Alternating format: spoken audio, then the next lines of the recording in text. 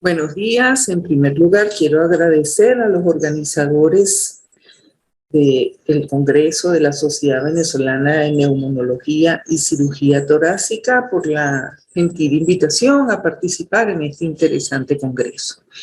Yo les voy a hablar de la virología del SARS-CoV-2 y las nuevas variantes.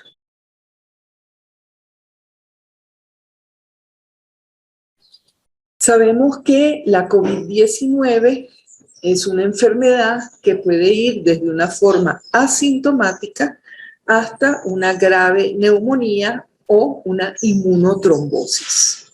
Sabemos que son muchos los factores involucrados en esta progresión a la enfermedad más grave.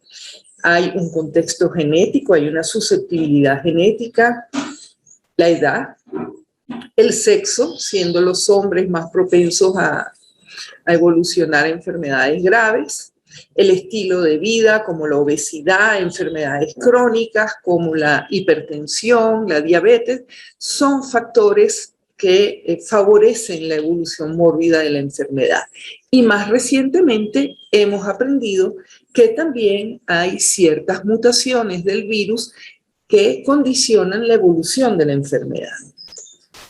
De esta forma, la Organización Mundial de la Salud ha clasificado los distintos, digamos, el virus ha acumulado mutaciones a lo largo de su ya casi 2 años de existencia que permiten clasificarlo en distintos linajes. Dentro de esos linajes, algunos de ellos han sido clasificados en variantes de interés cuando poseen algunas mutaciones que hacen sospechar que pudiesen tener una transmisión incrementada, una gravedad incrementada, evasión de la respuesta, bien sea de anticuerpos neutralizantes o la conferida por una vacuna o por una infección previa, entre otros. Y cuando se confirman estos parámetros, se les denomina entonces, la OMS las denomina variantes de preocupación.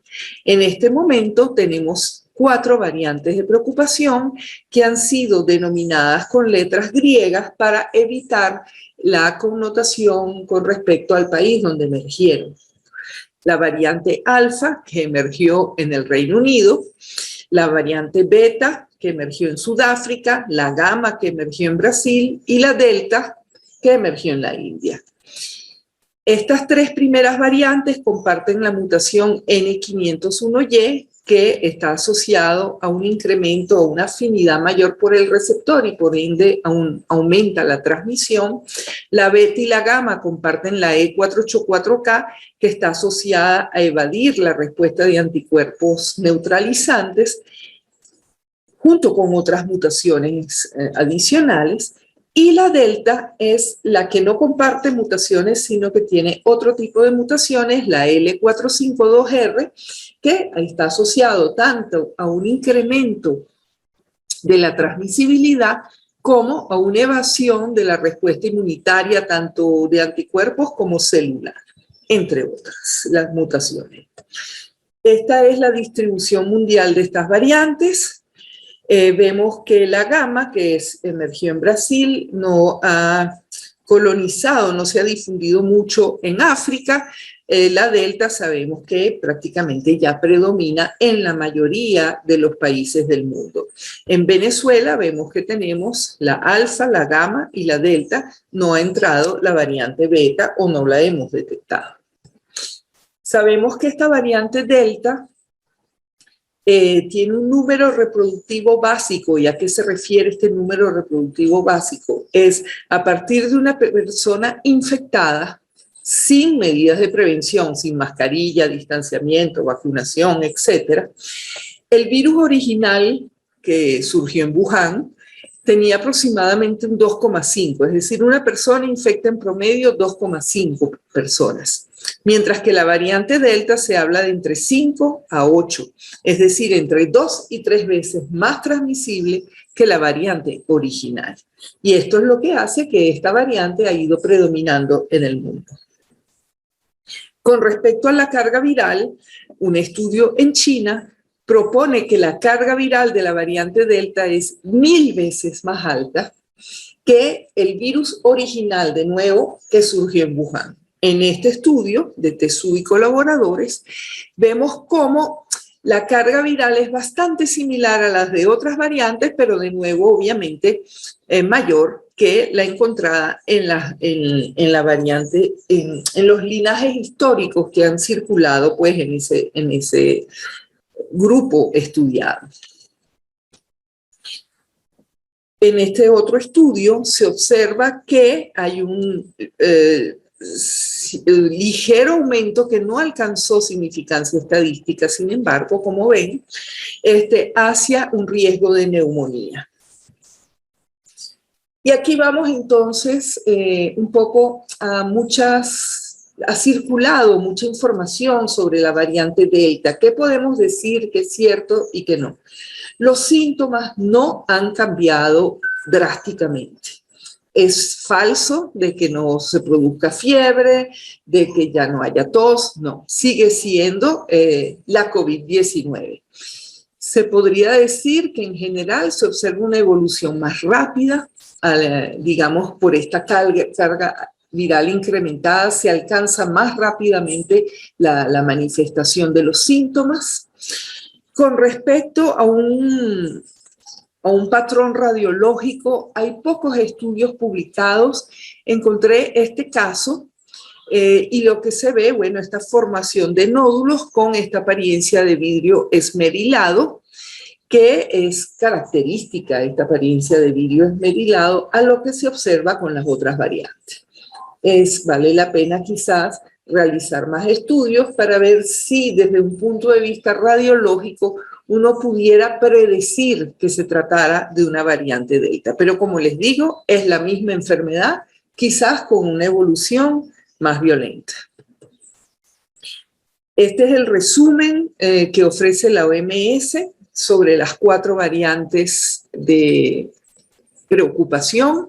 Las 4 tienen una transmisión incrementada, un riesgo incrementado de hospitalización para tanto la alfa como la delta, la beta y la gamma probablemente también, aunque no confirmado.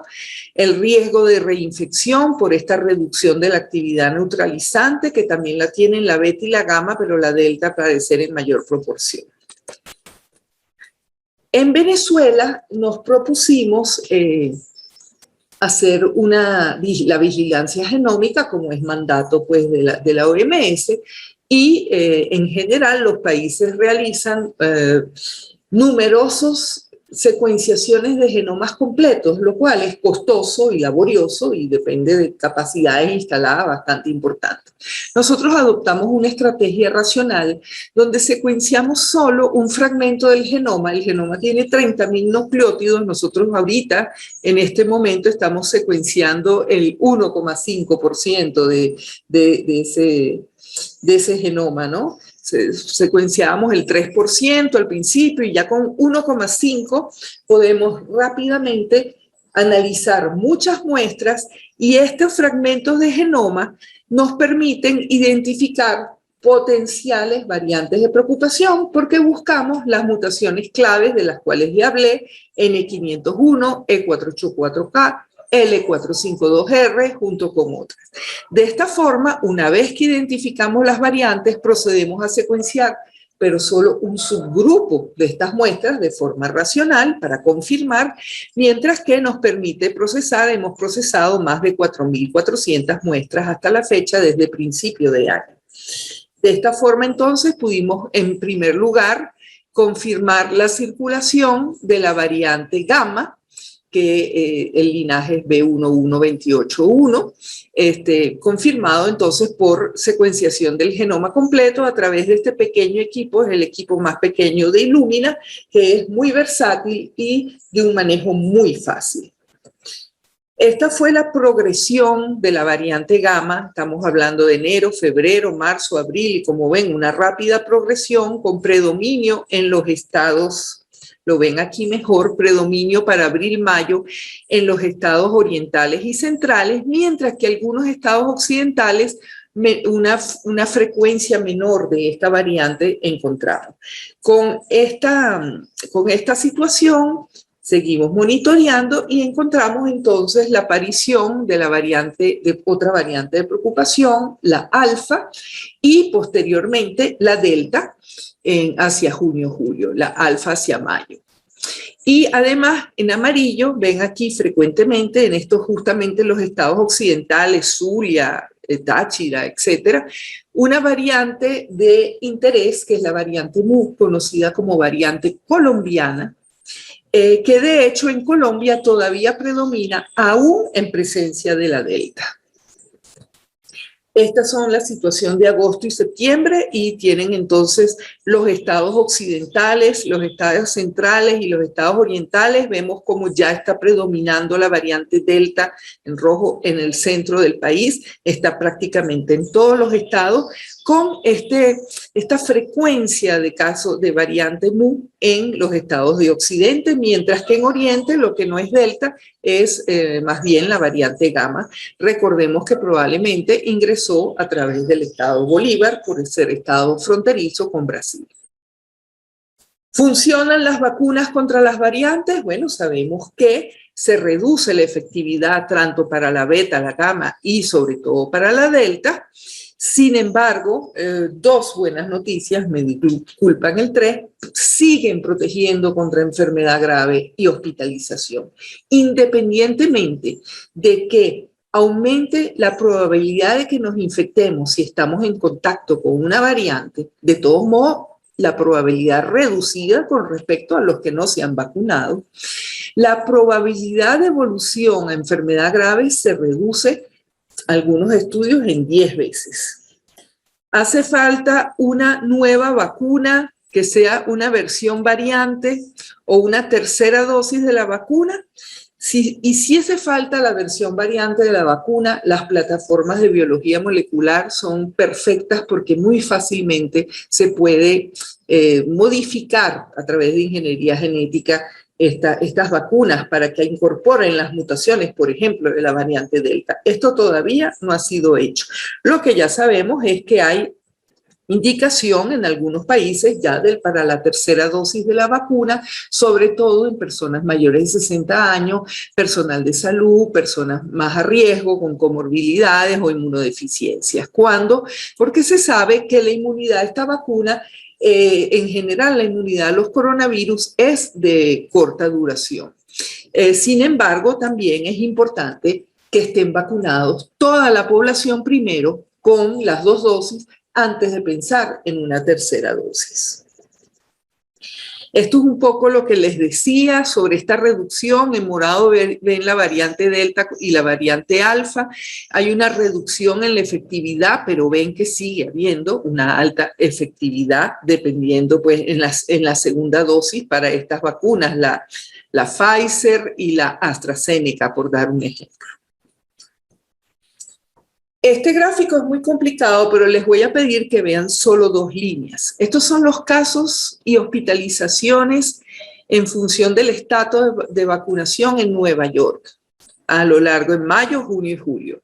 Vemos aquí la línea continua, son los casos por 100.000 habitantes entre 100.000 habitantes vacunados, mientras que los casos por 100.000 habitantes no vacunados. Vemos entonces una drástica reducción, estamos hablando de al menos 7 veces la probabilidad de una reducción de 7 veces la probabilidad de infectarme si estoy vacunado.